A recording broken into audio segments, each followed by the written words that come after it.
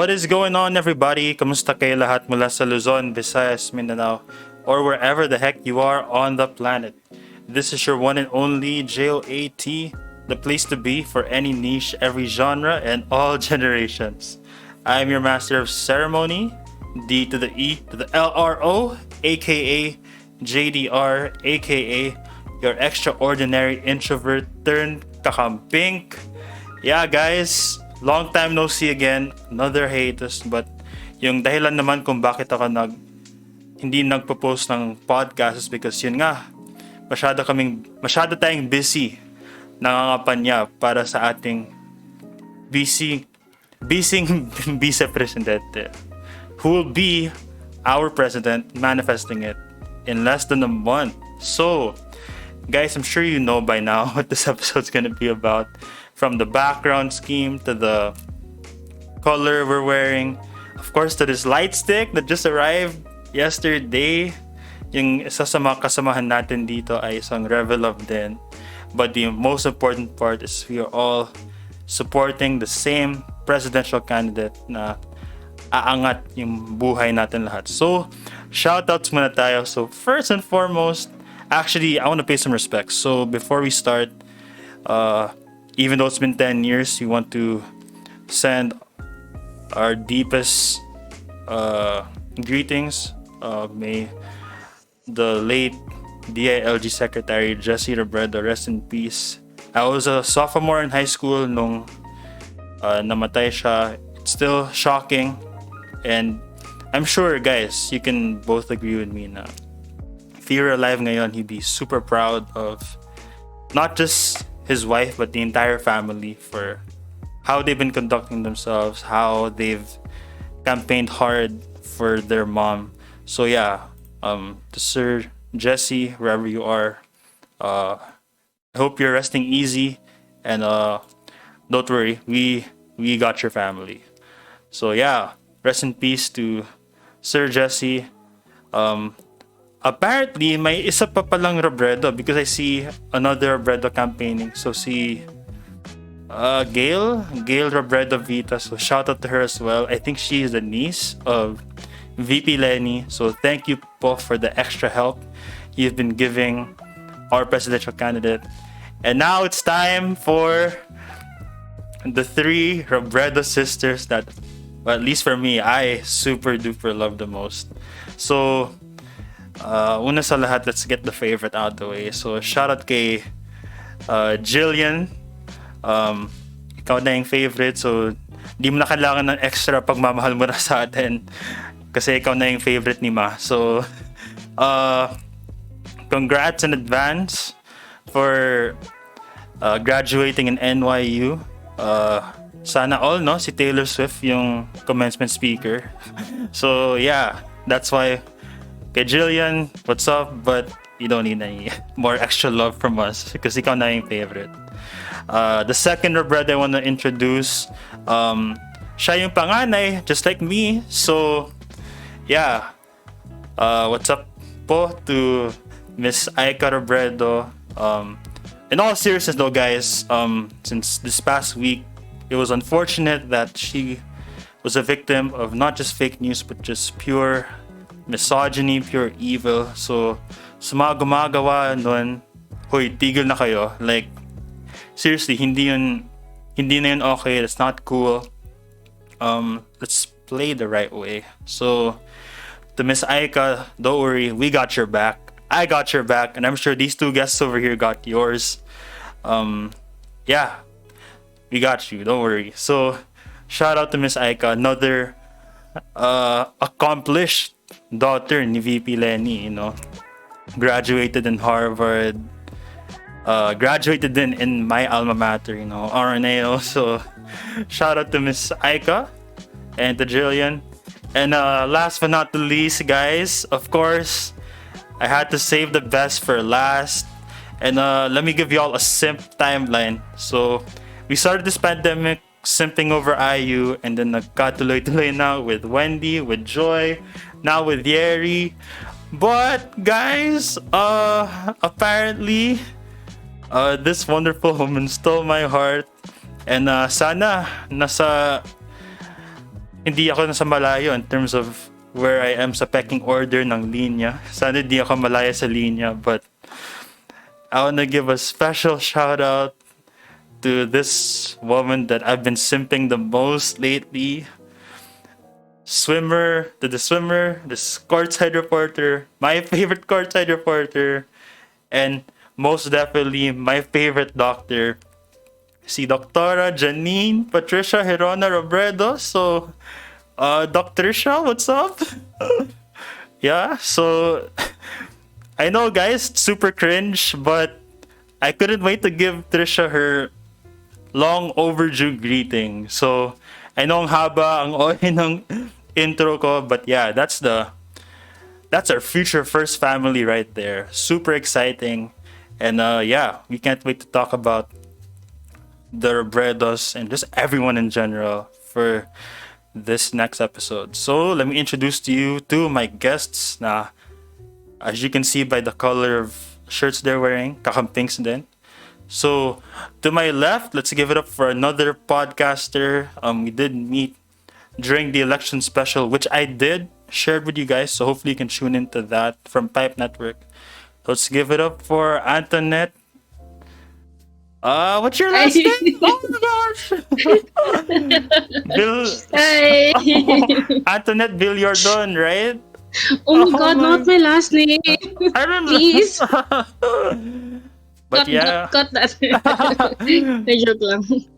So Oh yeah. my God, like it's Anthonette from Ava Talks. Oh my God, not Yes. my last name. Oh my gosh. Yeah, guys. Edit mo yun. I choked. My bad. So what's up to Anthonette from Ava Talks? And then below me, wala sobrang git talaga ako kasi she got to meet Doc Tricia not once but twice. So let's give it up for Miss Ericka Nieto. Hello! Hi.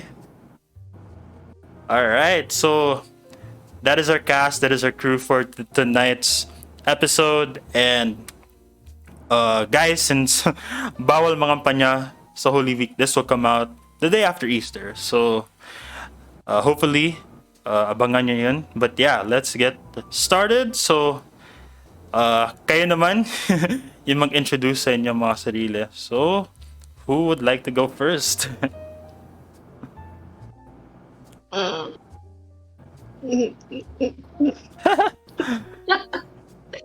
Nobody wants to go first. Okay? Nobody? Nobody wants to go first. But sige, I'll take it. Sure. So yun, I'm Anthonette from Ava Talks podcast.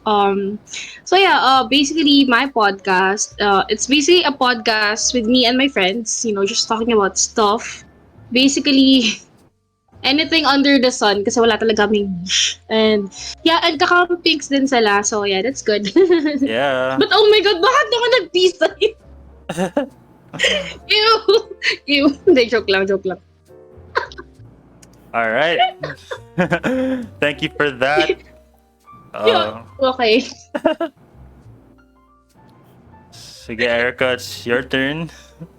Hello, I'm Hi. Ericka, and yan, I'm a volunteer for VP Lenny and Senator Kiko dun sa local group namin. Also, I cover some of their events na ginaganap here in Batangas for our publication.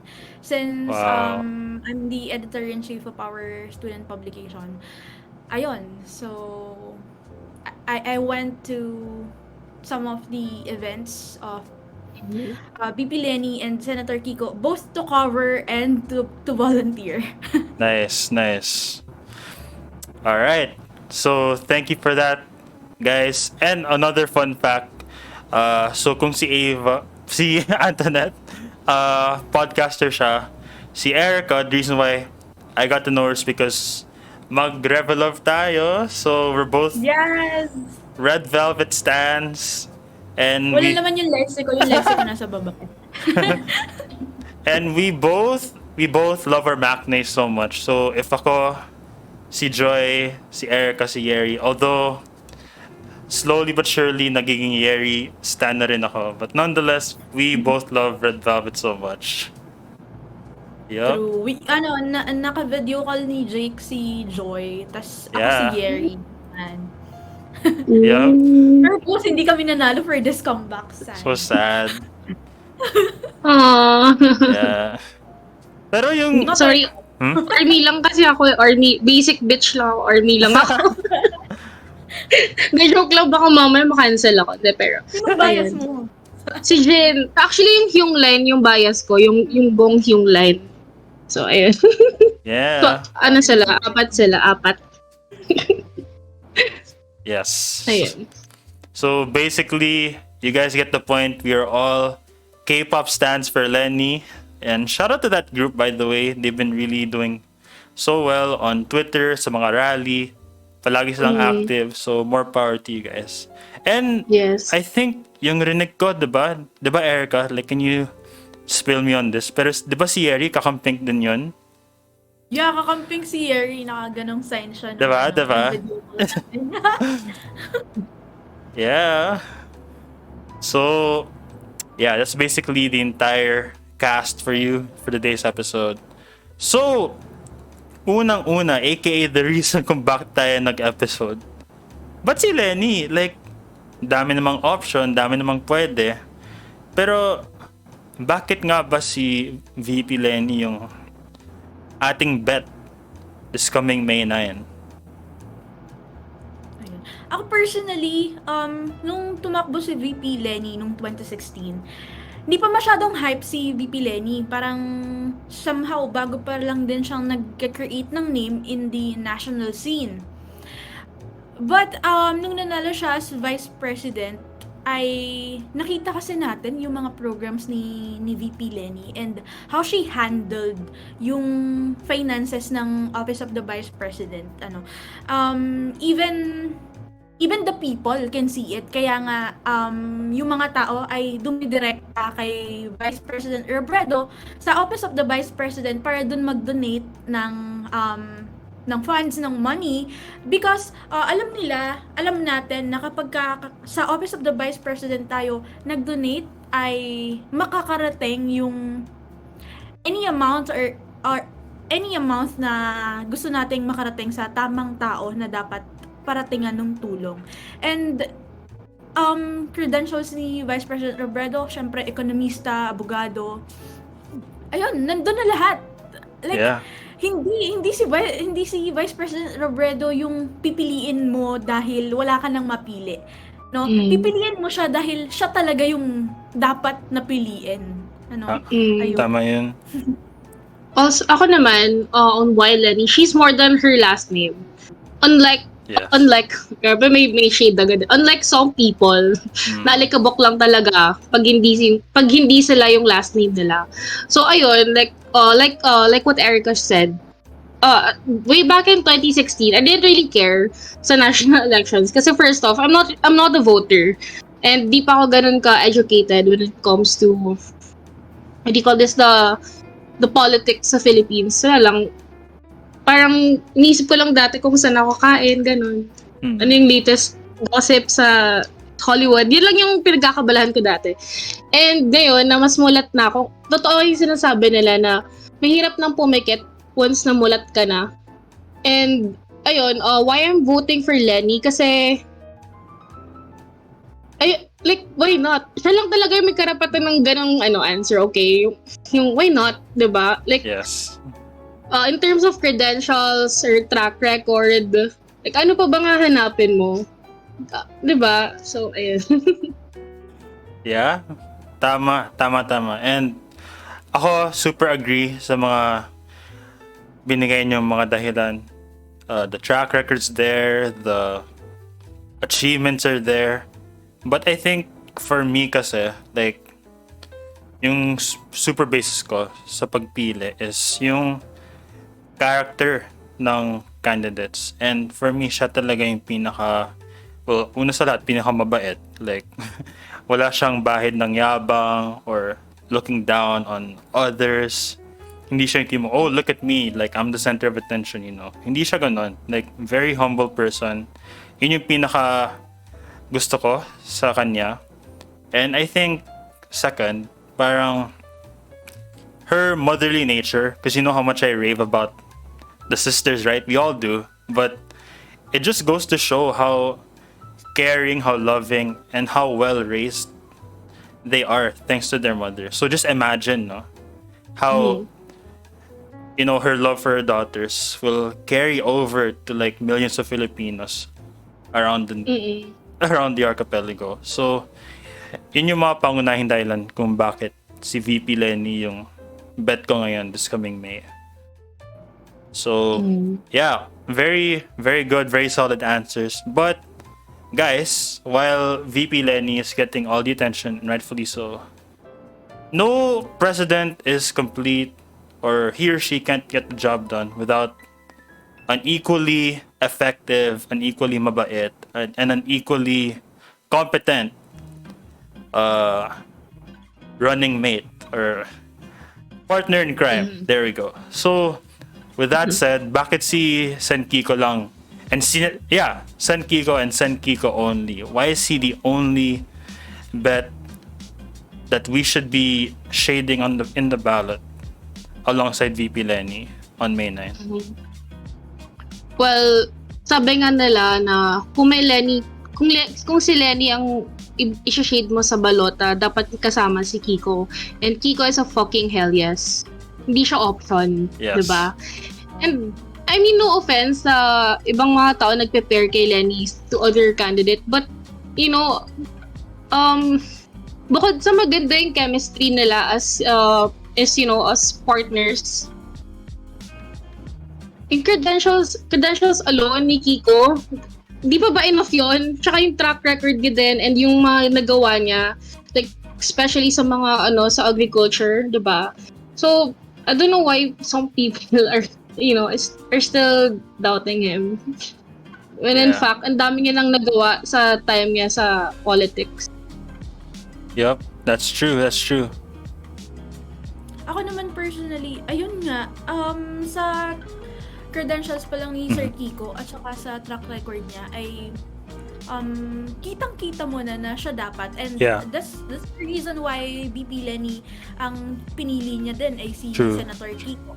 And one more thing is press kasi sila ni VP Lenny, they both value human rights, they care about the people, and it transcends on their platform na pinapadinig nila sa atin. And not just that, even the actions that he has done nung senador pa lamang siya, wala tayong nakitang bahid ng kahit anong korupsyon or ng kahit anong kasamaan si Senator Kiko. Kaya yung mga nag-prepare kay VP Lenny sa ibang vice presidential candidates, hindi ko nga sila nagigets actually. Same. Diba? Hindi ko alam din. Siguro sobrang hype lang nung ibang vice presidential candidates, pero itong si Senator Kiko ang dapat nating i-hype. Exactly. Tama ka dyan, On point. Mars. Yes. On point. Tama yun. So, yeah. Tandaan nyo, sa bawat boto kay Lenny, like, always include Kiko. Like, they are inseparable. They are the best 1-2 punch that we have. And sila yung tunay na tandem na nagpapakita ng to borrow the other camp's term, unity. True. Yep. Grabe. Because the two of them respects everyone kahit hindi sumusuporta sa kanila, and yun yung unity nga na kailangan natin. Yep. Yan yung tunay na pagkakaisa. Yep. So, yeah, guys, don't forget. And di ba lately, he was endorsed by the farmers of San Nicolas sa Pampanga. Which is, alam mo, sa totoo lang, yun talaga yung pinaka-importanting endorsement sa lahat ng endorsements. True. I mean, he may not be endorsed by the biggest religious groups or parang biggest politicians in some in some place. Pero former yung roots talaga, yung mga taong pinaglalaban mo, yun talaga yung pinaka-importanting endorsement. Sino bang hindi nag-ugly cry doon? True. Same. Diba? Yung iyak ko, no? Parang, ano yung grabe talaga yung ano, kasi nagulgul talaga. Diba? So, ayun. Yeah. Mm-mm. Yeah, that was Kiko's moment. Like, even though it's like a rally, of course, na para kay Lenny, parang yung rally na yun, that was made specifically for Kiko just because of that. So, yeah. Yes. Maghiwas tayo ng sibuyas, you know, Mm. in case we need an ugly True, cry. true. So, yep, that's Lenny and that's Kiko for you. But again, it's still not enough because down there, maraming pwedeng mangyari kung hindi natin isama yung buong tropa. So with that in mind, of course, di ko sasabihin one by one why you gotta vote for this senator, that senator. But before we choose, I guess, before we highlight some, so bakit mahalaga na yung buong senatorial slate, kahit yung 7 lang. So why do we gotta include Lenny and Kiko's senatorial bets? Like, ano kaya mangyayari kung iba-iba yung mga senador yung may papasok natin sa Malacanang? Lalo na if they're from, you know, the opposite Yeah. camp.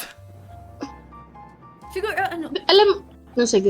siguro looking at them na lang individually, no? Individually na lahat ng lahat ng 7 na kinuha ni BP Lenny sa slate niya ay alam na natin yung prinsipyo ng mga yon. And it's really important sa pagpapasa ng mga batas sa Senado. Mhm. Ayun, it's really important. And kita natin na lahat sila sa tropa ay walang hunger for power. It's purely for the people. Hindi para panatiliin yung dynastiya ng kani-kanilang mga pamilya. Mhm. Diba? Looking at them individually, walang ganon.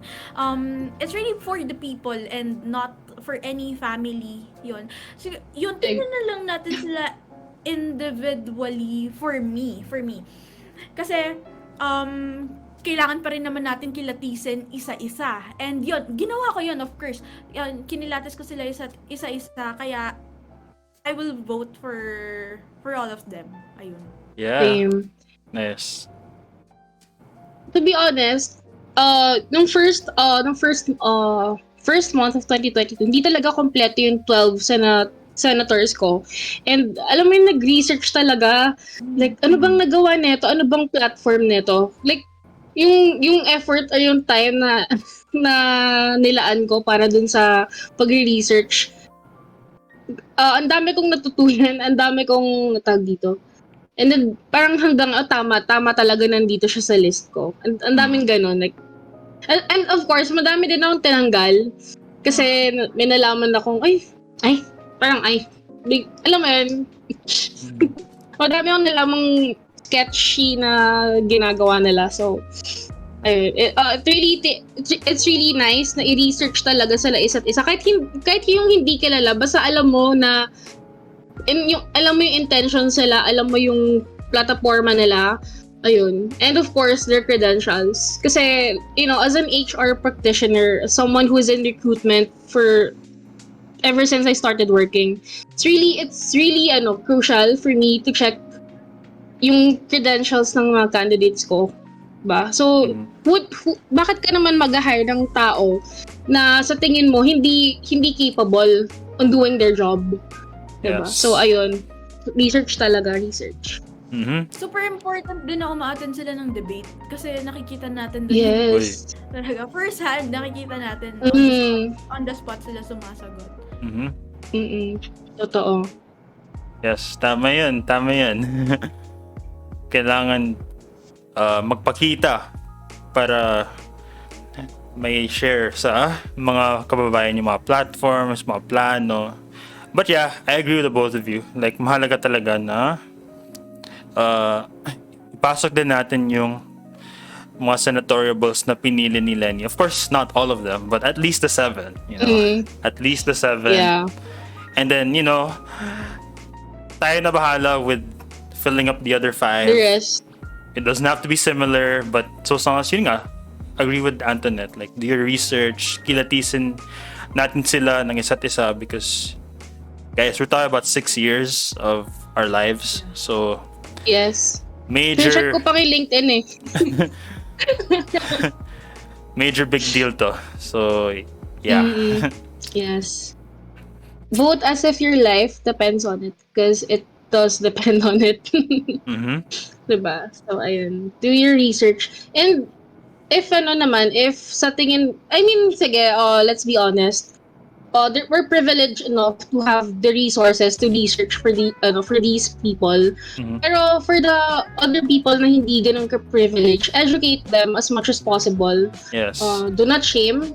Wag mo silang maliitin. Biktima lamang sila ng misinformation. Ayun. True. Yeah, as much as possible, educate. Yep, I agree. And yeah, I guess ako na yung mag-name drop para they have, special shoutouts naman sa ating show. So guys, when I say it's 7, that means ipasok nyo si Teddy Bagilat because we gotta protect our katutubo. Yeah. Mga katutubo natin, you have to protect them. Of course, palayain na natin si Laila. Let's get her back to work where she belongs. Speaking of justice, let's support our guy, si Chel Jock, no? So, guys, kung mahirap yung buhay, chill lang, okay? Kahit challenging yung Kahit dehado araw-araw. ang buhay. Diyan si Shell Truck, no? Ang catchy nung ng jingle. Yeah. Ayun. So nice. So chill lang, guys, okay? Of course, we need Senator Risa for one more term.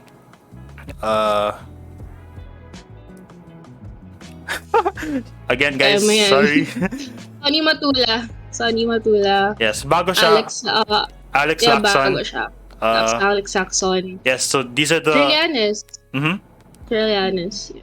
So yeah, Alex Well, Lacson, oh my God. kasi author siya. So again, he advocates for education. Sonny Matula, of course. Just think of him as another Kalodi kasi he advocates for the workers. Labor. Yeah, Yeah, labor rights. manggagawa advocate siya. So just think of him as another Kalodi. So Sonny Matula, and then of course Trillanes, Yes. more defenders for justice. And then, yeah, sa mga guests, kayo na bahala kung, gusto nyo ipasok si Dick, go lang.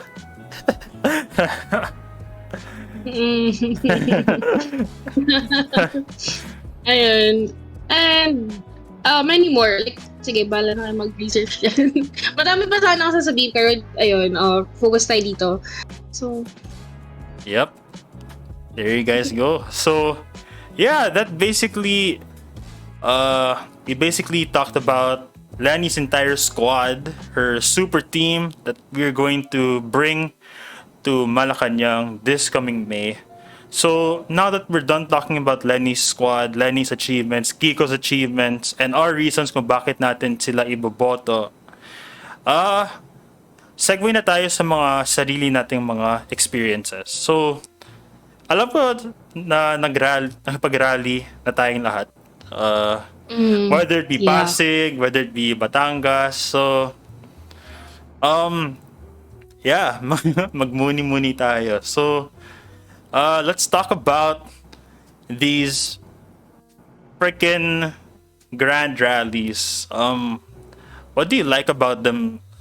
A lot. Like, there's a lot to like. But sobrang nahahype yung mga Lenny Kiko rallies kumpara sa mga ibang rallies na, medyo not as hype, medyo boring, mukhang pilit,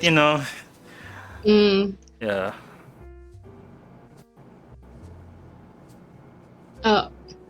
Ito si Ericka, 'di ba, you host parang sorties. Like, what are your experiences during those times? Yeah, recently I hosted yung event ni Doc Tricia dito sa Batangas. Well, sa Tanawan siya, like 30 minutes away from our municipality.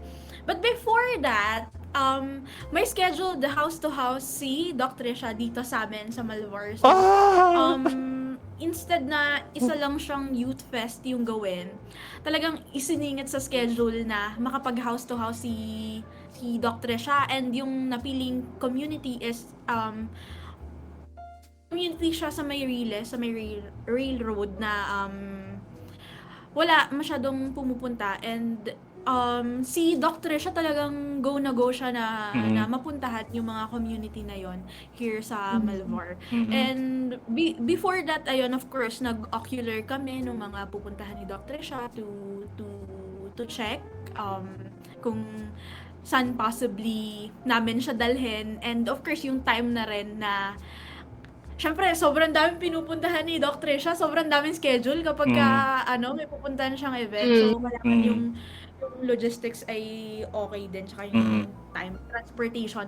Tapos, sa mismong Youth Fest ay there youth groups and groups from other municipalities here in Batangas, like Tanawan, Talisay, Malvar, Lipa, like other municipalities and cities. And meron ding yung mga kababayan ni na Dr. Tricia, ni na VP Lenny from Bicol. Kasi madaming, we realized no nag-house to house campaign kami na sobrang daming kababayan nila dito sa Batangas. Sobrang daming mga Bicolano and Bicolana. And some of them are present din doon kay Dr. Tricia na event na which I hosted sa Tanawan. Ayun. Kasama din niya si Miss Felici, yung kapatid ni Senator Kiko. So, yun yung representative naman ni Senator Kiko. Si Miss Felici. Ayun. Oh my gosh. Ericka, please, pahatid naman. I need to go to Batangas, like whenever those house-to-houses are. Please. Sana bumalik ka dito sa amin. Kasi isang community pa lang yun, isang barangay pa lang yun napuntahan ni Dr. Tricia. And the people are so sobrang natuwa yung mga tao kay Dr. Tricia na pinuntahan sila doon. Yun, sobrang tuwan-tuwa yung mga tao. Kasi after nung house to house, kinabukasan bumalik naman kami doon para magpalugaw, and the people, they're still talking about Dr. Tricia, no? Talagang pinagmamalaki ng mga tao na nakapagpa-picture ako kay Dr. Tricia, ganyan. Sobrang nila ni Dr. Tricia. Tuwan-tuwa yung mga tao. Oh, man. Alam na yung mga nanay, favorite din ng mga nanay si Dr. Tricia, talaga. Ako naman, one thing I can say about the Lenny Kiko rallies, very accommodating. Like, Yes. for example, actually, kami ni Jake, nag-meet kami sa Pasig Rally. And, ayun, like, alam mo yung pagod, yung inip, basta lahat ng emotions mo feel mo doon. May inis ka kasi nakatayo ka for how many hours, tapos grabe yung siksikan. Pero at the same time, matutuwa kasi yung mga tao, bibigyan ka nila ng water, bibigyan ka nila ng food. Hindi ka uuwi ng gutom. Yun yung masasabi ko, di ka uuwi ng uhaw. Kasi they would just give out water, food. Ayan, tapos kung may nahimatay or basta may something medical related, yung mga medics para silang nagpa-parkour. So sobrang bilis nila. Like tumatalon talaga sila sa fence, ganun. Ayun, that's one thing I can say about the Lenny Kiko rallies. Although isa pa lang naman yung napupuntahan ko, pero grabe yung experience. Kasi first time kong umattend ng rally na national rally, and mas siya, parang hindi siya rally actually, parang siyang festival. True. Sa hype na meron doon. Tapos yung mga tao di sila ubusan ng energy. Kasi from 1:30 kasi ako nandun. Tapos from 1:30 hanggang 9, sigaw pa din sigaw. Ayun. Yeah, that's so true. So, before ako magbahagi ng experiences ko sa rally, Ericka, sa daming experiences mo with Doctorish, pakilala naman. Sana bumalik. Sabihan ko kayo pagka babalik dito. Oh, Yes. Willing kapag. ako bumiyaheng south kahit kahit kaming mga north kailangan mag-adjust. Mag-adjust ako Grabe. para lang Kasi kay ano, Dr. siya. Deeply ko lang nalaman actually kasi pagka pumupunta si Dr. siya dito sa Batangas, binibigyan namin siya ng ginataang tulingan ng lola ko. Because yung ginataang tulingan ng lola ko is quite known here sa town namin na masarap talaga yung ginataang tulingan. So, when she went to San Jose, Batangas, I also went there. Tapos, binigyan ko siya ng ginataang tulingan and tuwan-tuwa si Dr. siya. Tapos, she even posted it sa food dump account niya. Yeah, I saw. Yeah, you saw that. Tapos when she went here sa Malvar, syempre, we are from Malvar, of course, binigyan namin siya ng ginataang tulingan. Tapos, after yun, nag-house to house kami, siguro about 1.5 hour, sobrang tagal. Tapos, when Dr. siya daw was about to leave, sakay na siya sa van, sinabi niya sa mga tao, ako hindi ko nadinig kasi I was at the highway and inaano ko yung mga volunteers na wag masyadong gumitna dahil baka nakakasagabal sa traffic or baka madali or something like that. Yeah. So nandun ako, busy ako, hindi na ako nakasama nung nagpapaalam sila kay Dr. siya. But apparently Dr. siya said daw na before she leave na she wouldn't forget daw the napakasarap na ginataang tulingan. Oh.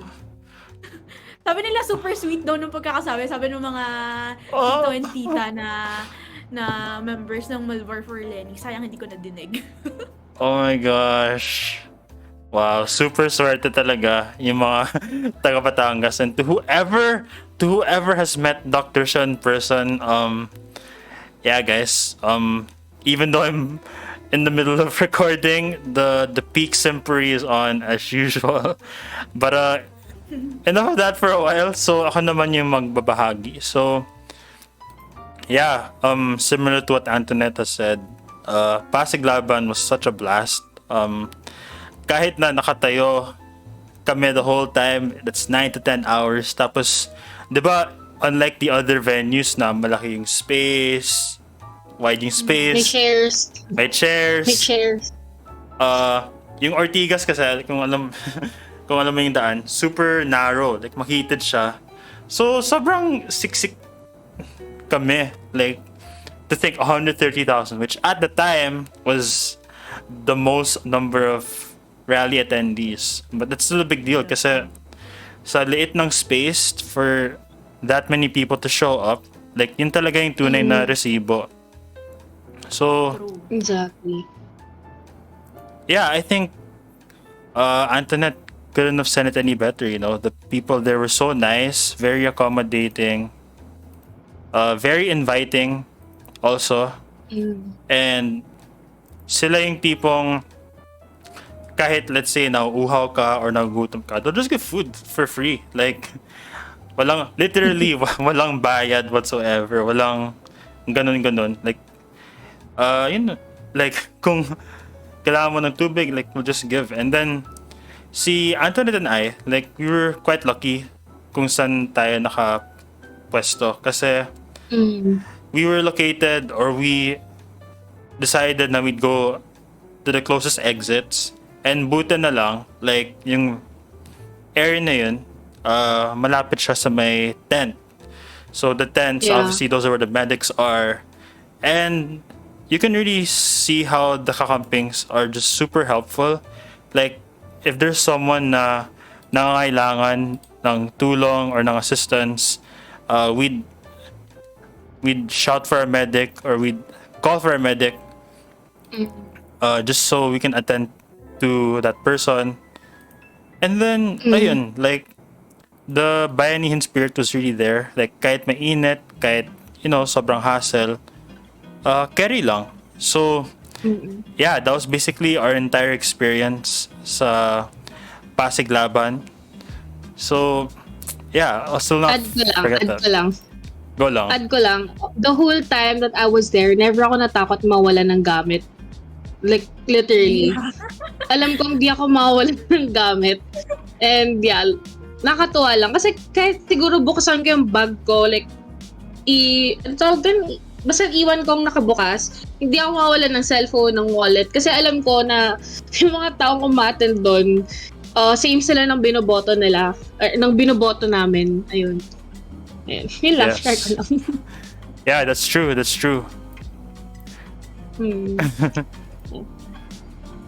There's no such thing as ninakaw, or in the urban political dictionary, hindi tayo minarkos the whole time. Oo. True. No, di tayo, totoo. Lahat siguro ng rallies and events, kahit dito sa Batangas, like kahit anong mapulot ng mga umaattend, binibigay nila sa host. So the host could find the owner. Laging ganun, kahit 30 pesos or kahit talaga, literally jacket, everything. Yeah. Totoo. Yes, sobrang bait lahat ng mga kakamPINKs. Like, not just in Pasig, but all the other rallies. And that actually brings me to my next question. So alam ko, we don't have, unlike VP Lenny and her entire slate, like, nakapagbiyahe sila from one province to another. Alam ko, di ko kaya yun. I don't know about you, Ericka, kung kaya mong umikot sa buong Calabarzon. I know about you, Ava, or Anthonette, if kaya mo pumunta sa buong NCR or nearby provinces. But I'm sure you've seen the rallies or some clips on Twitter, FB. So, among all the provinces so far na nakapunta si VP Lenny, Senator Kiko, and the entire senatorial slate, ano yung mga pinaka-paborito niyong mga rallies so far? Out of like, I don't know, 20-something. So, ano yung mga rallies that stood out to you guys the most?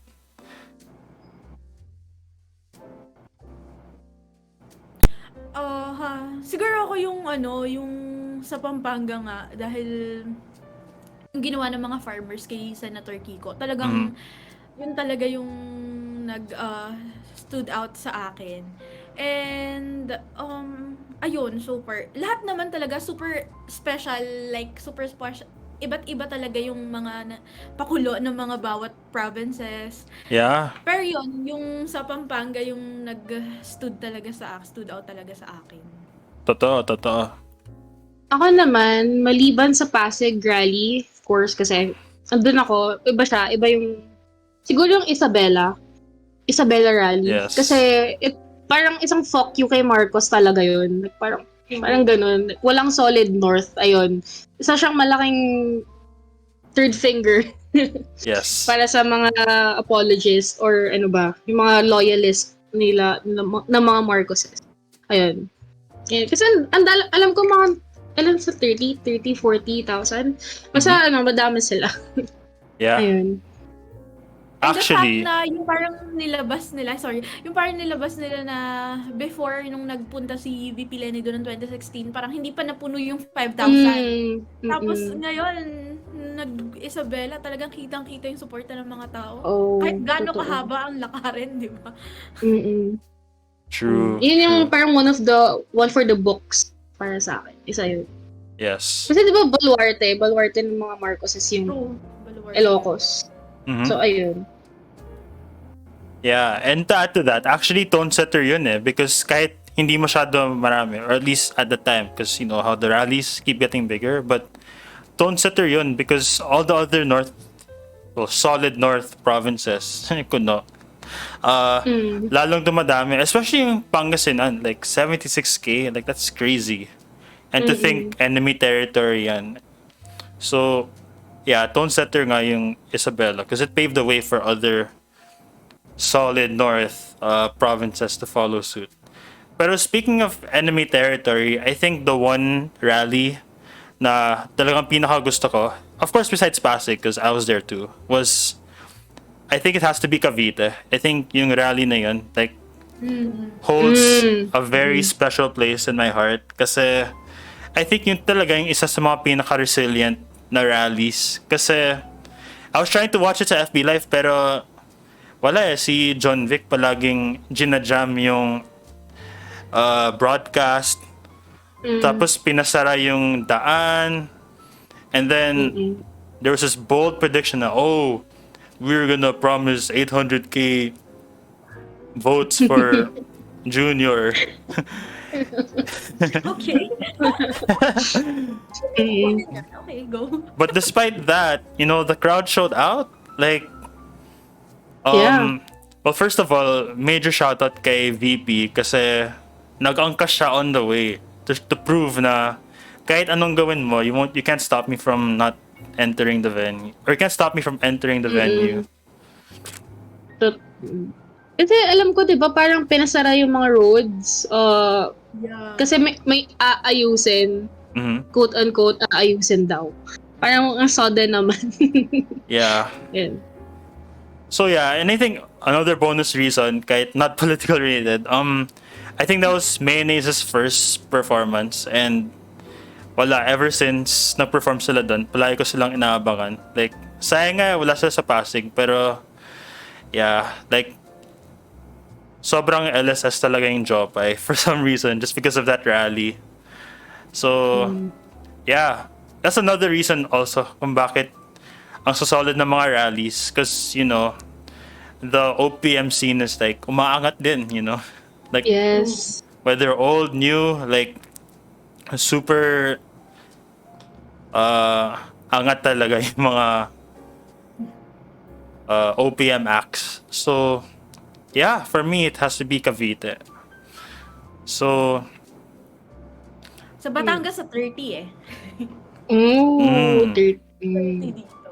Ayun. Medyo nagpa-plan na kami ng ano. nice. Yun. Actually, nakakuha kami ng ng 5 buses na pwedeng masakyan ng mga taga dito and other municipalities na other groups na gustong makisabay. Oh, Mm. Kasi madami Yung- gustong sumama, sobrang dami. Mm. So yes. para makaiwas na din sa traffic, magsama-sama na tayo sa buses. Manila or RPPC baka naman. Yeah. Baka naman RPPC. Yes. Ayusin niyo naman, please. Kasi naman, yung decision nila, parang atras abante sila. Parang pupush Ganun through, din hindi. dito. Before, ganun parang atras sa kasi may debate sa GMA ng 30. Mm. Mhm. Pero, huwag na daw problemahin yung debate, sabi. O, di wag. Mhm. Yeah. Yeah, Manila, pakigalaw na po yung baso. Like, huling hirit na to eh. Mag-join forces na po kayo. Diba? Yeah. Para grand. Mhm. Yeah. Ayun. Wala, last final push na to. Like, we won't get this again in 6 years. So, all out na tayo, guys. Yeah. Saka parang ang bilis talaga ng panahon. Parang kailan lang, February lang, di ba? Kasi ngayon, April na. Like, Yeah. bilis. Grabe Diba? naman. So, Yes, tama yun.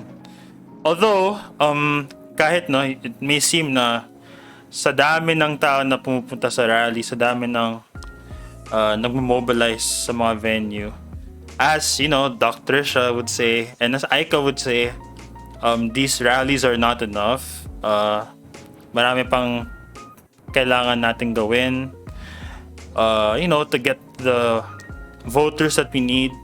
So, with that said, bakit mahalaga ang pagkikipag house to house and all these other stuff like mini rallies, mural painting. Actually, ako kakagaling sa Ateneo Lasal yesterday, the kakamPINK game, because instead of the usual blue and green crowds, we were all in pink. So, yung mga little things like that. So why are they important even though they're not as grand as a grand rally would be?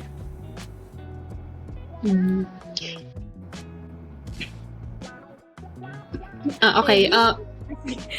Sige.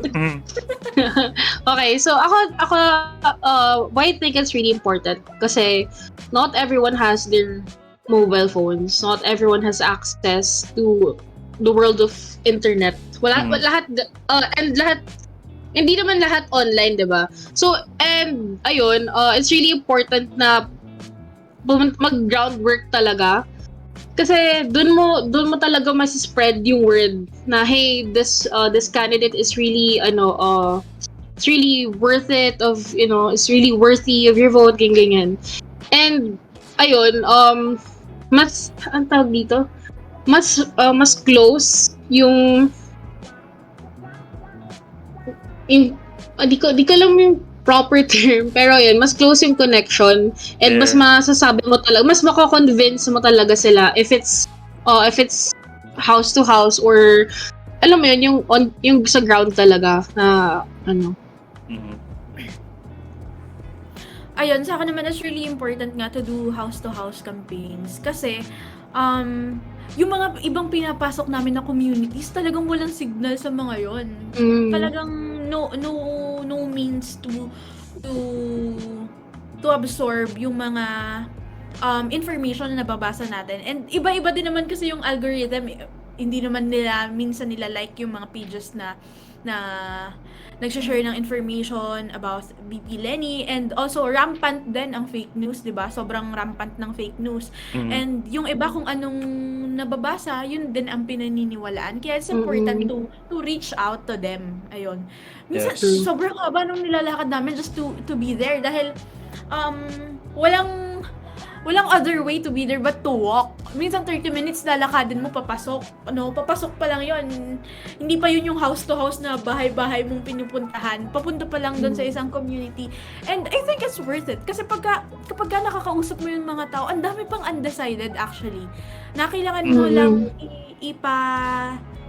alam sa kanila, ipadinig, to communicate to them in a way na maiintindihan nila, na makakapag-usap kayo ng maayos. Hindi mo naman kailangang masyadong i-bombard ng information. Hindi, talagang casual talk lang, and most of the people, they listen, and very respectful naman sila sa mga volunteers. Kaya before we do house-to-house campaigns, uma-attend din kami ng seminars, ng training sessions. Yung mga parang tita namin sa Malvar for Lenny, nagka-conduct sila ng house-to-house campaign trainings, ganyan. And almost all barangays here sa amin, sa Malvar, Batangas, napuntahan na namin sila. Konti na lang yung natitira. And magpapahinga lang ngayong Holy Week. Ayun.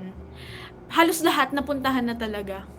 Yung goal kasi is to finish, before mag-Holy Week. And parang kanina yung last, yung mga barangays na hindi napuntahan ay saka na lang after Holy Week, ganun.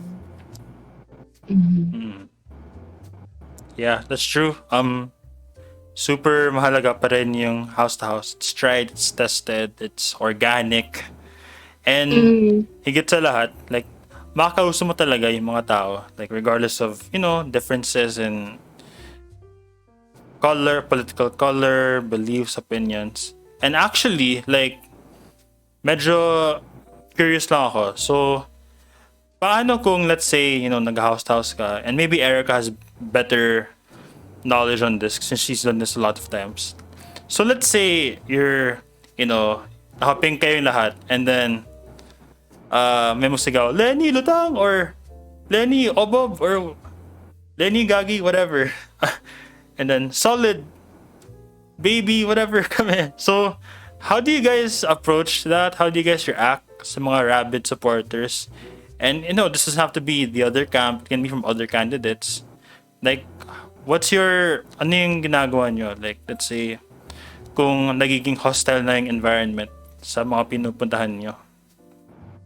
Actually, it happened to us. Nangyayari talaga yun. Ang medyo strategy din namin for security reasons sa pag-house to house ay madami kami.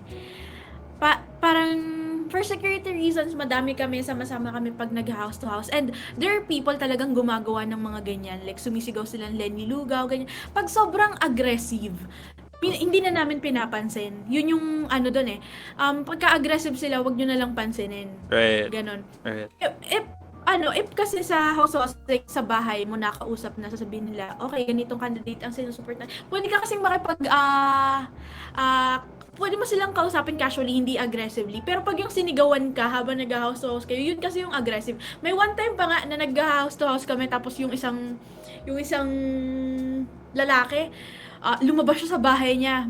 May daladala siyang aso. Tapos, inaano niya na, yung mga dilawan, pahamak yung mga dilawan, parang ang main point niya, yung nangyayari ngayon sa Pilipinas is because of the dilawans that he's talking about. But actually, ang nakaupo naman hindi naman dilawan. Diga? Hindi naman dilawan yung nakaupo. Ang ginagawa namin pagka ganon, hindi na lang namin pinapansin. Kasi minsan pag hindi mo pinansin, may dead air. Sila na din minsan yung nahihiya sa ginawa nila. Oh, nagawa ko yun, tapos walang pumansin sa akin. Ganon. Yun, nangyayari talaga siya, pero pagka-aggressive hindi na namin pinapansin. Right. Tama yun guys. Baka mapano kami kapag... Sige, how about si Anthonette naman? Because technically nakapag-house siya one time. So, did you experience any encounter like that sa mga... Wait lang, nagtatawa ako. Well, so far, wala akong ganong experiences. Kasi I literally just gave out tarpaulins and flyers. Yun lang ginawa ko. And parang I stayed in one area lang. Tapos I was just, and yung mga tao kasi doon, they were just parang ate pahingi. Tapos ako naman, bigay lang din ako nabigay. So, wala masyadong interactions. Which I think is better. Kasi if pumunta pa ako sa mas malayo na, baka kung ano yung mga narinig ko, ganun. So, buta na lang yung area na napuntahan namin. Friendly naman sila. And nakatuwa kasi ate pahingi. Meron ka bang baller, ganun. Unfortunately, wala. So, puro tarp and flyers lang. Yung, di flyers parang fan. Tapos may platform sa likod. Ayun. So, ayun. Luckily, okay naman yung experience ko when it comes to that. And, yun. Literally, nagpa-cute lang ako doon. I think, mabibilang naman yung mga gumagawa ng mga 5. Lang naman sila. May one time pa na nag-house to house. Hindi ako kasama kasi galing na akong house to house nung umaga. So, nung hapon, pagod na ako. Hindi na ako sumama nung hapon. Ibang barangay na nung hapon. Nagpunta sila sa barangay na yon. Tapos, ang salubong daw sa kanila is nagpatugtog ng sobrang lakas ng music ni BBM na dagungdong yung tunog. Kasi nakita ko nag-house to house na for Lenny. Okay. Okay, gets. So, ako naman, nag-mural painting sa may Marikina. And I think the most rabid experience I got was may isang truck driver na dumaan at sumigaw siya ng BBM! Yeah. It was pretty cringe, pretty weird. Pero, yeah, nothing compared to yung mga nararanasan ng mga ibang volunteers na honestly mas worse pa nga kasi meron ng cases of harassment and verbal abuse. So, yeah, saludo talaga ako sa mga volunteers who have to put up with that crap every single day. And despite that... So, kitang-kita talaga. Kitang-kita yung ugali ng mga volunteers for BP Lenny kapag ka ginaganon na sobrang respectful ng mga volunteers ng BP Lenny. Sobra talaga. Yes. Ako personally, yung mga nakakasama ko na witness ko, sobra talaga. Totoo yan. I mean, sabi nga ni VP Lenny, mas radical magmahal. So, yeah, good job. Kudos to all the volunteers and to all of us na nakakaroon ng ambag. Malit man or malaki, like, all that stuff really matters. Although, I actually have a trick question. Not really trick question, but like, when does the line get drawn? Like, when do we draw the line? Kasi we can only love radically for so long. Pero let's say, sumusobra na yung mga ibang tao. Like, when do we have to like stand our ground or wala? Talagang we have to follow what VP Lenny's been Mas masarap makipagbardagulan. Joke. Hindi. So, ayun. Mas masarap makipagbardagulan. Yung Saturday, joke lang. For freak eh. Ako kasi, share ko lang, like, one of the experiences I had, parang di naman recent. Siguro this was January. Mhm. Yeah, January ba February? I can't really remember the month. I had this high school schoolmate na nag-share ng fake news about VP Lenny. I think it was about, wait lang. I'm trying to remember, but ayun, fake news siya. Tapos I commented, oh, BBM ka pa din, ganun. Parang BBM ka pa din. Tapos, basta ang haba ng thread. Tapos, it came to the point na personal na siya. Like, ad hominem na yung mga pinagsasabi niya. Tapos, he was insisting that he's a diplomat, ganyan. Pero nag-ad hominem siya. So, yun, ako, like, syempre, nung time na yun, yung tagline pa ni Lenny was radical ang magmahal. Pero hindi, parang sobra na to na. Personal na to. So, ayun. It was, hindi naman traumatic. Kasi nagdala pa siya ng backup. Parang nag-comment pa yung mga kamag-anak niya, gano'n. Oh, Tapos ibang friends niya, gano'n. Tapos yung ako, like, syempre, ang poise ng answer ko. Kasi syempre, I'm not only representing myself, I'm also representing the person that I'm voting for, diba? So, I really have to, answer politely, answer with facts, gano'n. As naglalatag talaga ako ng resibo, gano'n. Naglalatag ako ng facts, ng credentials, ng platforms, gano'n. Tapos nung tinanong ko siya na, bakit BBM ka pa din? Di mo kasi sinasagot yung tanong ko. Ayun, inaatake nila ako ng ad hominem shit, like, para pupunta sila sa profile ko, tapos sasabihin nila, psych major ka pa naman, ganyan, tapos ganyan ka, wala kang paki sa mental health, ganyan. Like, what? What the fuck are you saying? So, ayun, parang, sometimes, hindi enough talaga yung radical. Kasi, nakakainis talaga sila, and we're all human. So, ayun. Wala lang, share ko lang. Like, sige, share ko mamaya yung trend, kasi nakakainis talaga. Ako, I think, may nasagot na ako dun sa Lenny Lugaw one time. Hindi kami nag-house to house. Naglalakad lang kami ng mga naka-pink kami. Tapos may sabi ko, Lenny Lugaw. Sabi ko, BBM magnanakaw. Hindi ko napigilan. Sorry. May mga times na lang hindi ko mapigilan. Yun yung nag-host ako.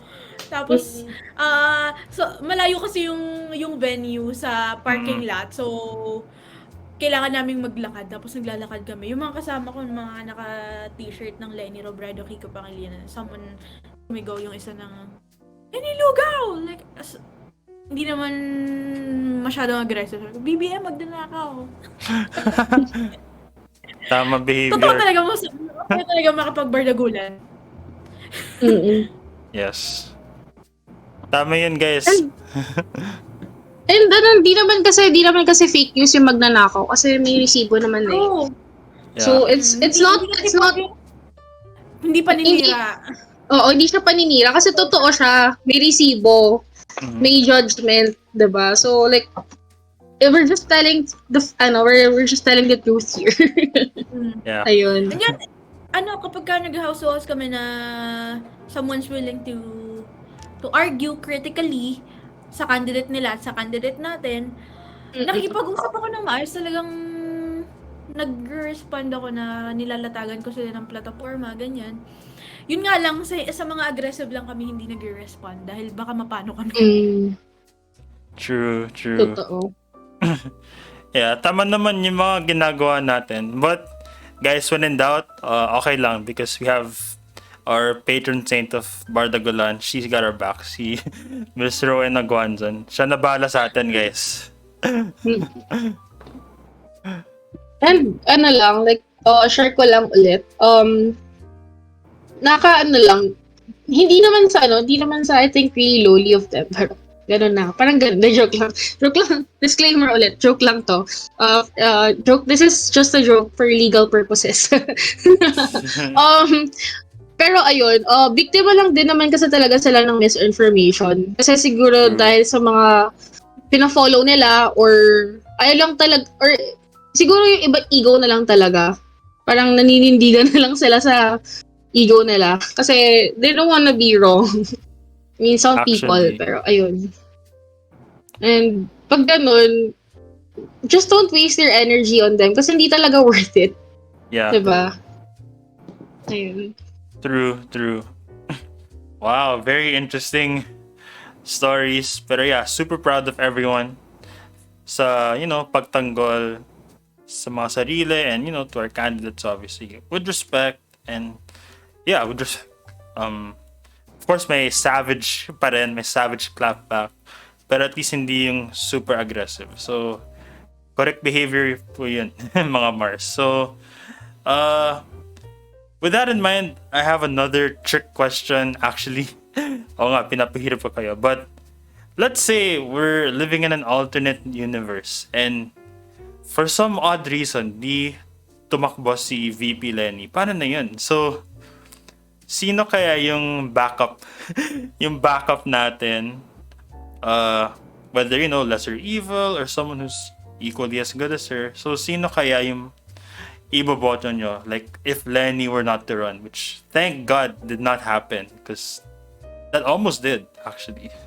Ano yun, parang 9? 9 lang yung tumakbo? Ganun. Or there's someone, or may choices ka ba na ibibigay? Among the current, diba there's 10? So, let's say, Okay. yung 9 na lang yung pipilian.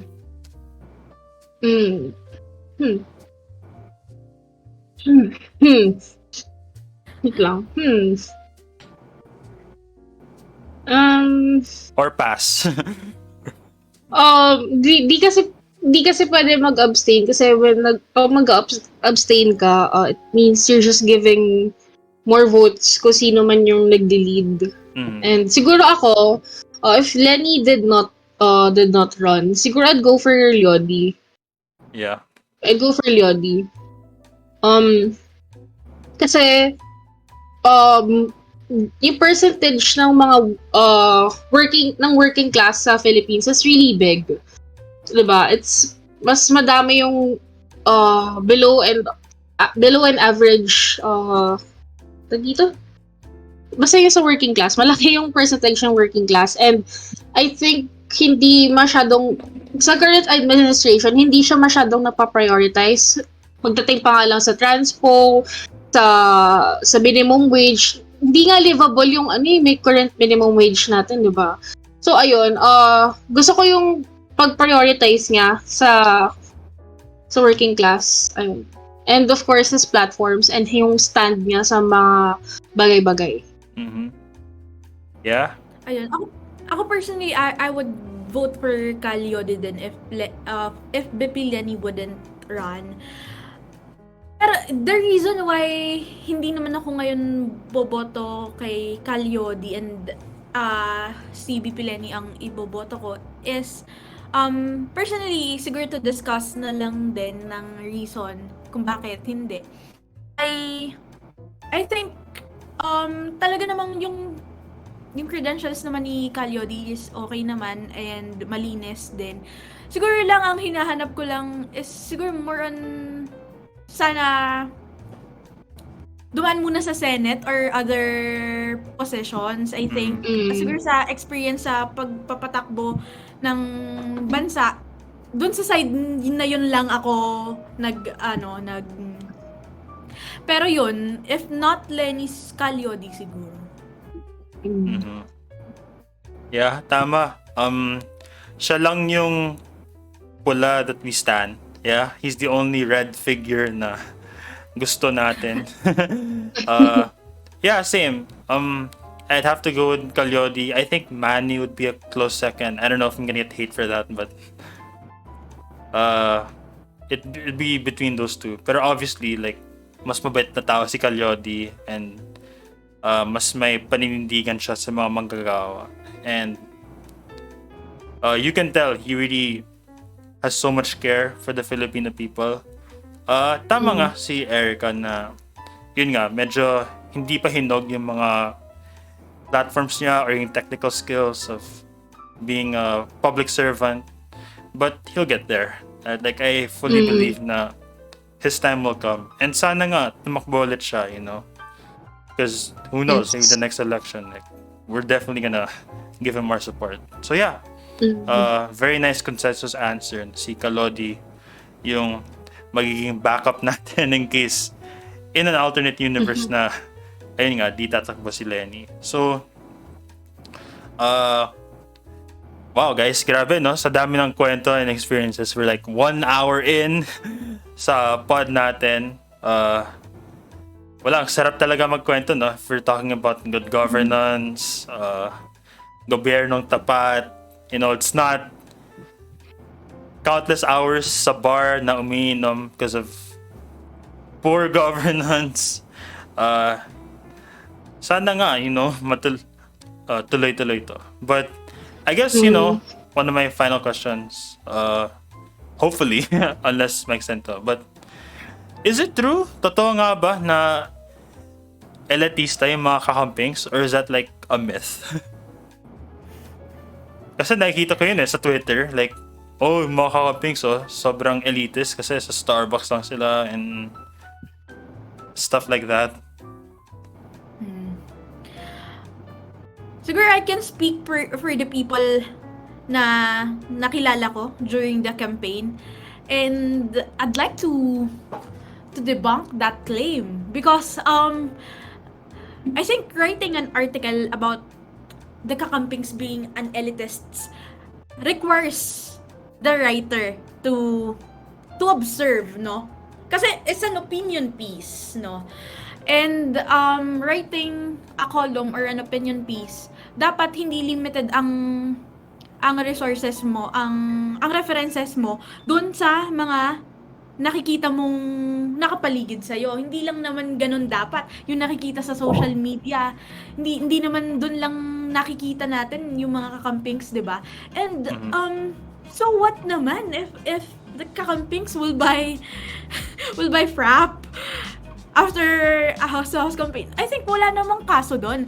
It's how you treat people. It's how you communicate with people, and not the way, not your class. Kung saan class ka kabilang, because I can really see na na madami talagang from classes A and B. Pero meron din C and D. Talagang diverse talaga. Diverse talaga yung mga kakamPINKs. Kaya claiming that kakamPINKs are elitists is just so unfair sa mga kakamPINKs na nagagawa ng on-ground work, na nagha-house to house, na talagang pumupunta sa sulok-sulok ng mga komunidad. Ayun. Exactly. Diba? Ayun lang. Nung nabasa ko yung I think nabasa nyo din ba yung opinion? Yeah, nabasa ko din yan. Yeah. Yung last sentence doon yung talaga ako, wait, nakalimutan ko na. Pwede ko bang i-search? Go. Go. Ako, siguro yung ma-add ko lang is, feeling ko, di niya talaga alam yung totoong definition ng elitist. Or elitist. Parang lang siya. Ang tawag din yung parang personal, literal na parang ginawa niya ng sariling definition lang talaga. Hindi siya nag-Google or what. Kasi these people, itong mga sinasabihan niyang elitist, sila yung lumalaban para sa mga taong nasa laylayan. 'Di ba? Kung elitist sila, di sana sumasamba sila ng mga kapitalista, 'di ba? Di sana they're campaigning for the benefit of the 1%, ganon. 'Di ba? But no, these people are fighting for the people na wala masyadong privilege. True. Which is very disappointing. True. Very disappointing. Hindi ko na mahanap yung article, pero yung last talaga yung last paragraph ako doon na parang you could just continue on drinking your frap in Starbucks. No, we're doing more than that, no? Exactly. Ayun. Parang sobrang pagod na pagod ka na sa house to house, tapos ganun yung mababasa mo na Yeah. even the words used, the language used ay And well, alam mo, so to that author, welcome siyang sumama sa rally. Makikita niya talaga kung sino yung uma-attend ng rally. Hindi lang yung sinasabi niya bumibili ng frap. Makikita mo doon literal na lahat. Like different sectors of the community, like BPO, mga formers, ang dami, ang dami. Kung binuksan niya lang talaga yung isip niya or nag-observe pa siya ng mas matagal, hi- ah, God, yung inis-meter ko. Ako rin. Kasi personally nagsusulat din ako ng opinion pieces, ng column pieces, nag-edit din ako. Kaya sabi ko, grabe parang sobrang kulang na kulang naman to sa pag-o-observe. Yun lang yung aking observation doon na Yeah, sobrang limited ng tiningnan niya. Sobrang limited ng tingin. true, true. Yeah, I guess yung sa akin din naman, I do agree na there are ang daming Lenny supporters from all walks of life, you know, from different classes. So, to box them as, oh, mga mayayaman lang yung sumusuporta kay Lenny, that's super false. Kasi, pati nga yung house to house natin dito sa namin dito sa Marikina, like, the volunteers had to almost beg my mom to sleep in sa school niya because, you know, they didn't have a place to stay in. Naglakad lang sila from Tumana Bridge all the way to our school na ginawang HQ, which, you know, for good reason naman. But just shows the effort that these volunteers dedicate. Tapos ganun lang, i-label na lang silang, you know, elites, pang mayaman. I mean, ako personally, I don't mind the insults, I can take it. Pero sila, like, mas na-offend ako sa mga volunteers kagaya ninyo, you know? So, hopefully, you know, hinay-hinay lang tayo sa generalizations. Like, yeah. Ang dami. So Sobrang diverse. na-offend talaga ako eh. Sobrang na-offend talaga ako doon. Parang nung lumabas kasi yung article, parang galing ako sa house to house. Pagod na Oh, pagod ako. yeah, that's so sad. But yeah, like, stop boxing people in general. Even like BBM supporters, we also can't box them either. Cause tama nga si Anthonette, you know, Yeah. they're not just supporters, but they're more victims, sadly, of misinfo. So, bilang mga mabubuting kakamPINKs na kaya mag-radical na magmahal, like, let's not shame them, let's not cancel them, let's not show them who's boss, like, let's not do that. Instead, let's take them in, you know, with open arms. And when we do that, it actually works sometimes na nako-convert pa sila. Kasi I know someone na solid BBM, no? Pero every time we talk, hindi ko siya sinashame. Acquaintance yun. Hindi ko siya sinashame and hindi ako aggressive makipag-usap. And then one time, he called me just to tell me na nag-convert na daw siya from being a supporter of BBM to being a kakamPINK dahil he said na madami siyang binasa. Kaya sabi niya, ang word pa niya sa akin ay nagbago na talaga ako. Ang Wow. dami siyang binasa na references, binasa niya, and one thing pa na nakapagpa-converse sa kanya is he witnessed daw how good kakamPINKs are. Sobrang respectful ng mga kakamPINKs pag nakikipag-usap. So one thing na why we should continue on pahabain pa ang ating mga pasensya. Yes, tama yun, guys. So yeah, very interesting answers, very relevant answers, and guys, well, as of this recording, April 13th, so break muna tayo, Holy Week, but you know, pagbalik natin from Holy Week, yung pahinga na yun, ratsyado na tayo ulit, last push, what is this, 2-3 weeks to go bago mag May 9, so kahit, you know, pagod na tayo, even though we think na we've done enough, lubusin na natin, guys, because 6 years ang deal here.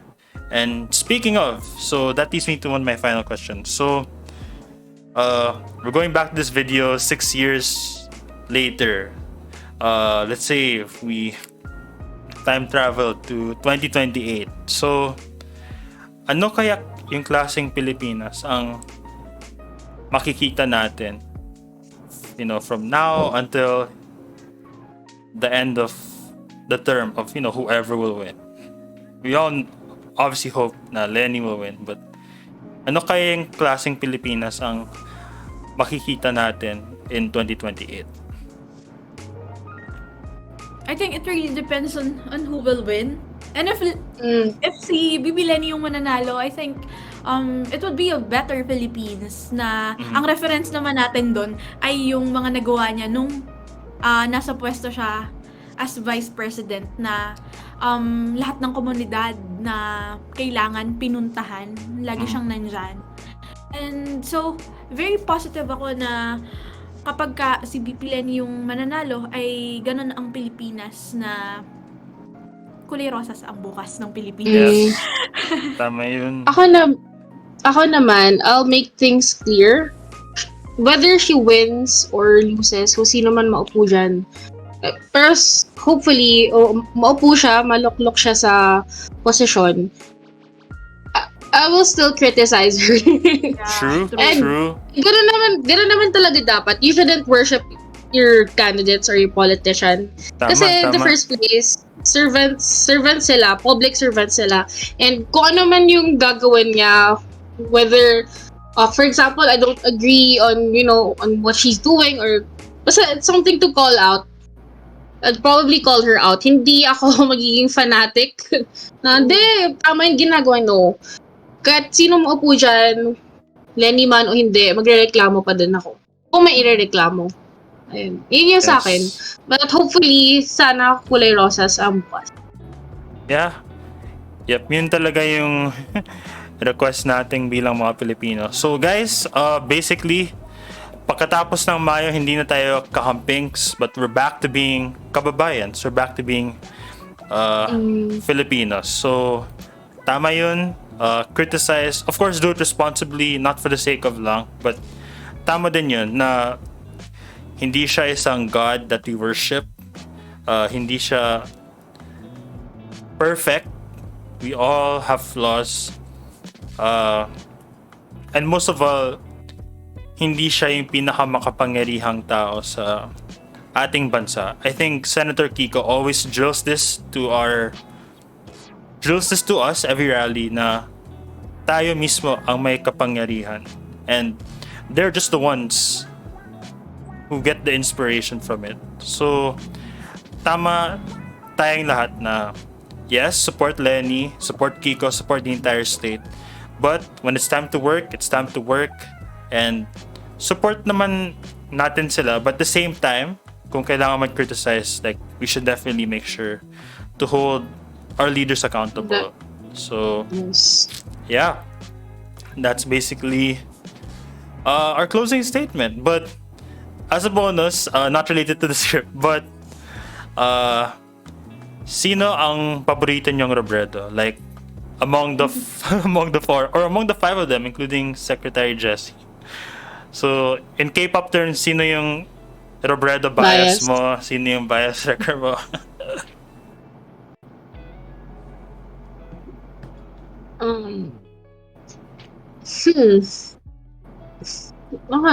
They never really thought about that. Syempre si Lenny.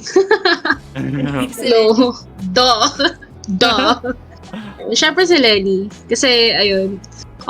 Not only she's running for president but her character talaga very very humble, very down to earth, ayun. And sobrang simple niya, no? Like makikita mo yun sa video, yung respect talaga na binibigay niya sa mga tao na kapaligid sa kanya. Makikita mo talaga. And yun, I really admire her for that. Ayun. Yes. Tama. No-brainer. Si Lenny din. And, ayun, sa character nga niya, and how she raised then her three daughters. Yeah. Diba? Yeah, imagine... sige, go. Imagine being a single mom, raising 3 daughters on your own, diba? It's really hard. So, kudos to her. Yes. Yeah. Makita natin sa ugali nung tatlo na hindi sila detached sa reality. Hindi sila detached sa realidad. Oo, totoo. Unlike some people, di alam meaning ng DH. Joke. Sobrang naiinis kasi ako doon. Yeah. Tatakbo siyang congressman, tapos di niya alam sino yung represent niya. Ayan. Yeah. Kaloka. Tapos yung nanay pa, like, masyado daw siya New York, Can't afford her daw. Can't afford her. The government can afford you. Kulang pa ba? Kulang pa ba yung Hmm? nakaw? Ginawa niyo na nga family business yan. Can't afford pa rin. Oo. Pero ayun. Yes. Tama behavior, guys. Pero sorry, like, oy, don't get me wrong, like, boboto ka pa rin si VP Lenny and her team. And I like all the Rebredos equally, just like how I love all the Red Velvet members equally. Pero sorry, like, if you know, you know. Si Dr. Siya talaga yung bias ko, guys. Oh my gosh. I mean, grabe, no? Like, multi-talented. Swimmer, CSR. Siya pa yung Lucky Charm, eh. I think that was the same year nanalo yung school niya, like yung NU, when she was a reporter for them. So, sana, Lucky Charm din siya this election, you know? So, Doc, work your magic naman po. And of course, you know, Doctor, sana mapa-admit ako, like, if I get sick.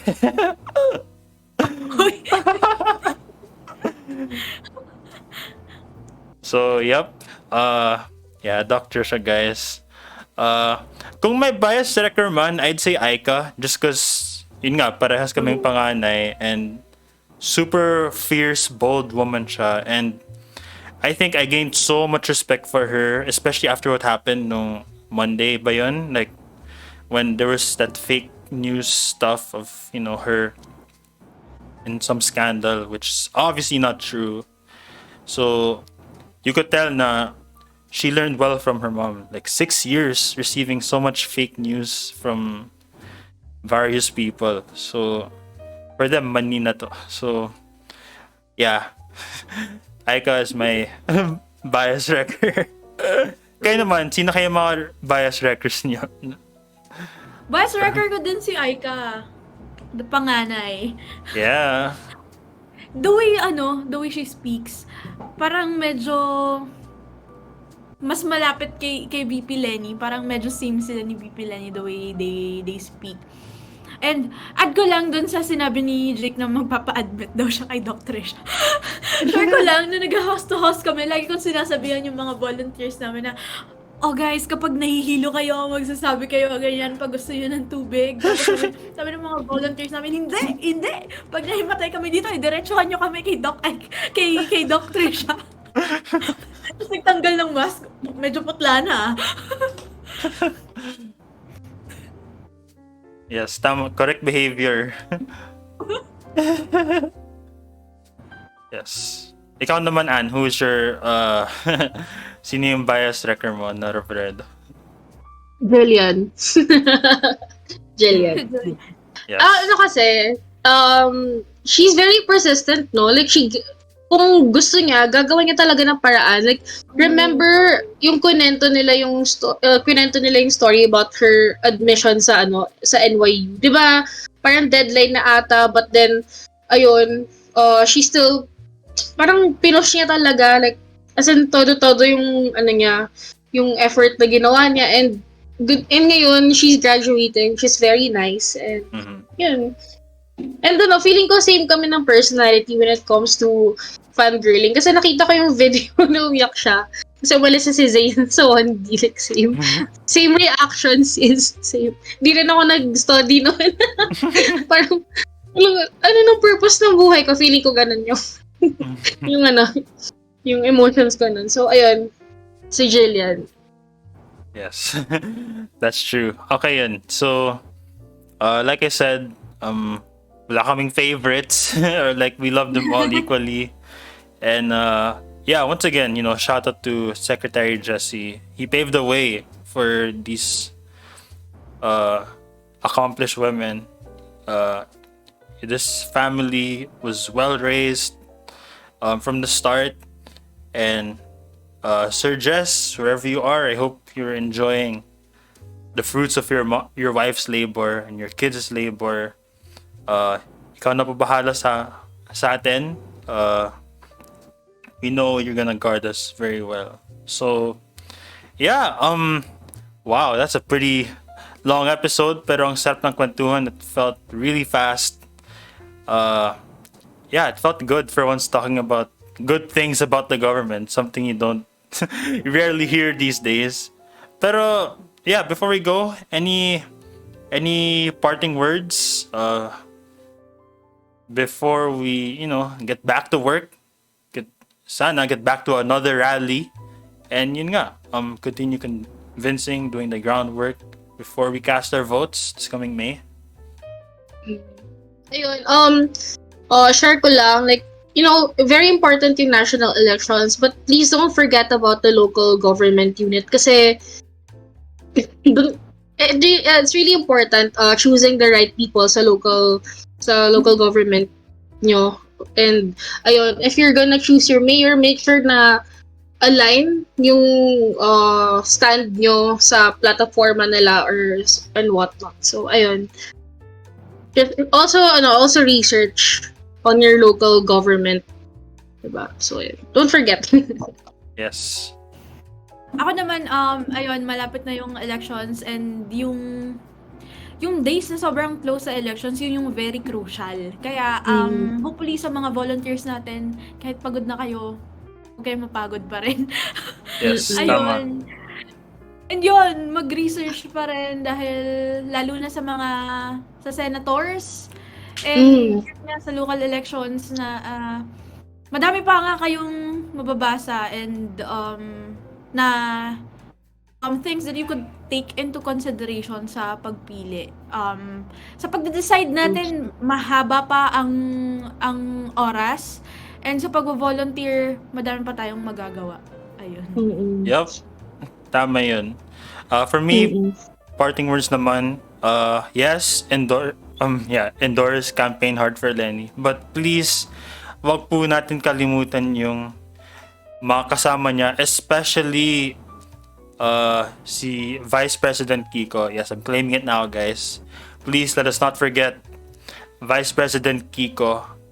We need to protect Lenny at all costs. So do not forget to include Senator Kiko, Daddy Bagilat, Laila De Lima, Chel Diokno, Risa Ontiveros, Alex Lacson, and the two Sonnies, Sonny Matula and Sonny Trillanes. Inaisa-isa ko talaga because I cannot stress how important it is to have the whole team in Malacanang. You guys just don't know how important that is. But yeah, please, so kapag nag-house to house tayo, kapag nakikipag discourse tayo sa mga kapamilya natin, sa mga kapitbahay natin, please, yes, campaign hard for Lenny, but please include the whole team as well because we need to protect President Lenny at all costs. And last but not the least, let Lenny lead me to Dr. Sharabrada's heart. Yup. Manalo matalo, basta just Lenny, baka naman you can, lead me to Doctor's heart however way you can. But yeah. And ayun, like what Jake said, manalo matalo, always remember that you're fighting in the right side of the history. So Yes. ayun, and ayun nga, matalo man si Lenny, hindi niya kawalan natin. True. Wala natin. Walang Just keep that in mawawala. mind. Kasi buo na siya as a person, buo na siya as a politician. 'Di ba ngayon yung plano nila is hindi na talaga tumakbo. So ayun guys, parang vote not only for yourselves, but if you want to have kids, vote it for your future kids and of course the future generation. Yeah. Yeah, couldn't have said it any better. So when you cast those votes, when you shade those ballots, think about yourself, obviously, because you deserve that. Deserve mo yun eh. Deserve mo yung kulay rosas na kinabukasan. But also think about the next generation, Think about how they will be affected for better or for worse.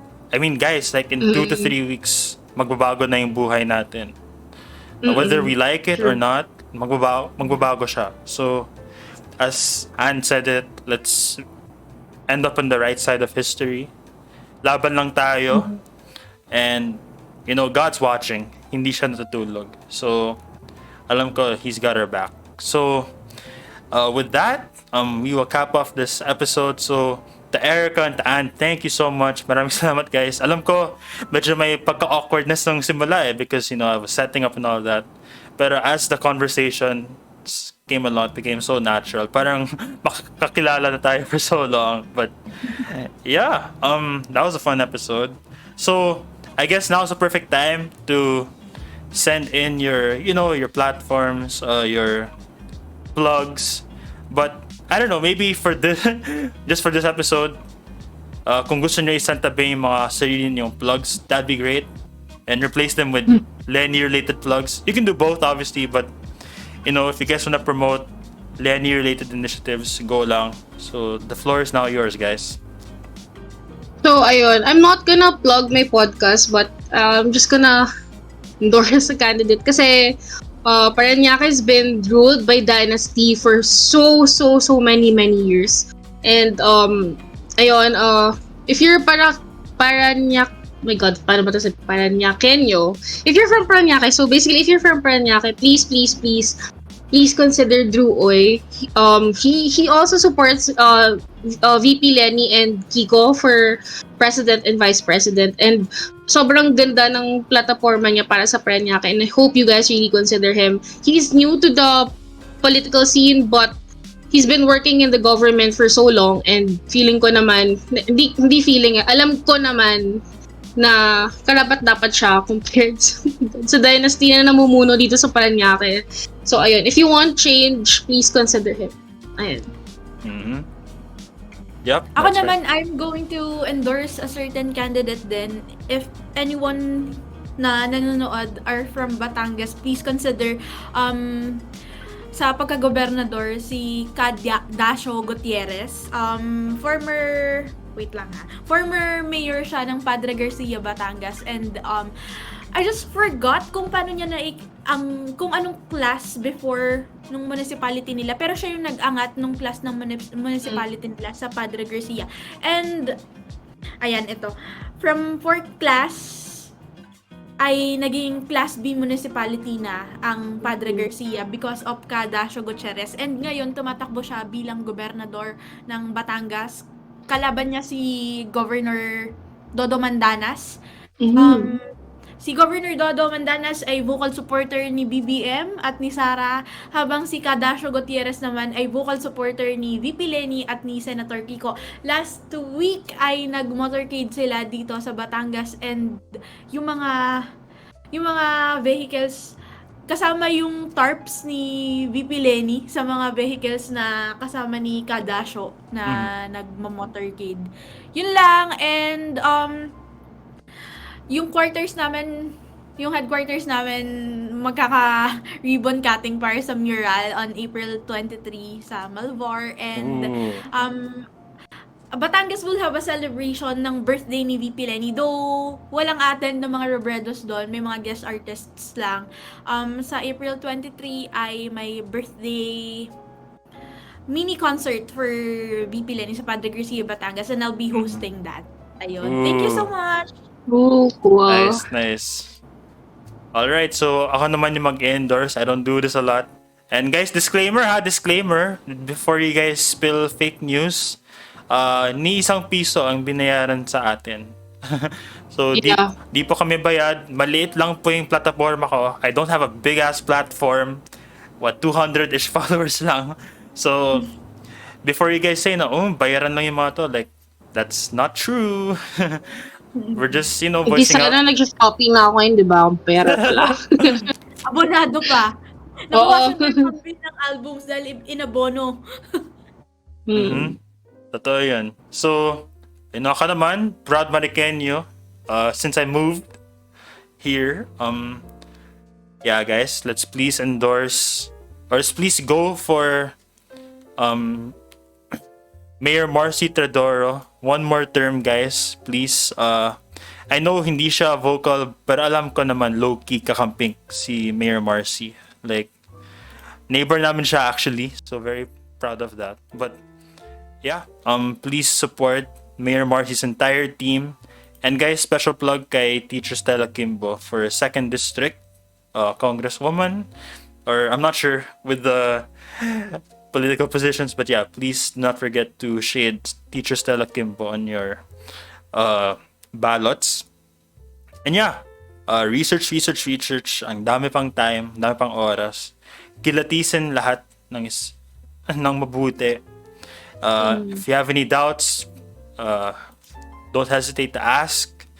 And yeah, let's keep this going. So, by the time this episode will come out, kakatapos lang ng Holy Week. So I hope you guys had a restful Holy Week.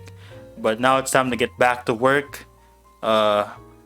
Time is ticking, pero ang dami pang tagal pa ng panahon. So ang dami pang pwedeng mangyari. So yeah, again, thank you so much to Miss Ericka and to Miss Anthonette for being here with me tonight. So with that being said, that's gonna be a wrap, y'all. Thank you so much for tuning in today, mga Del Robredos. So tsaka na muna yung Del Bros and Sisters fandom. We are gonna be Del Robredos from here on out, or at least from now until the election.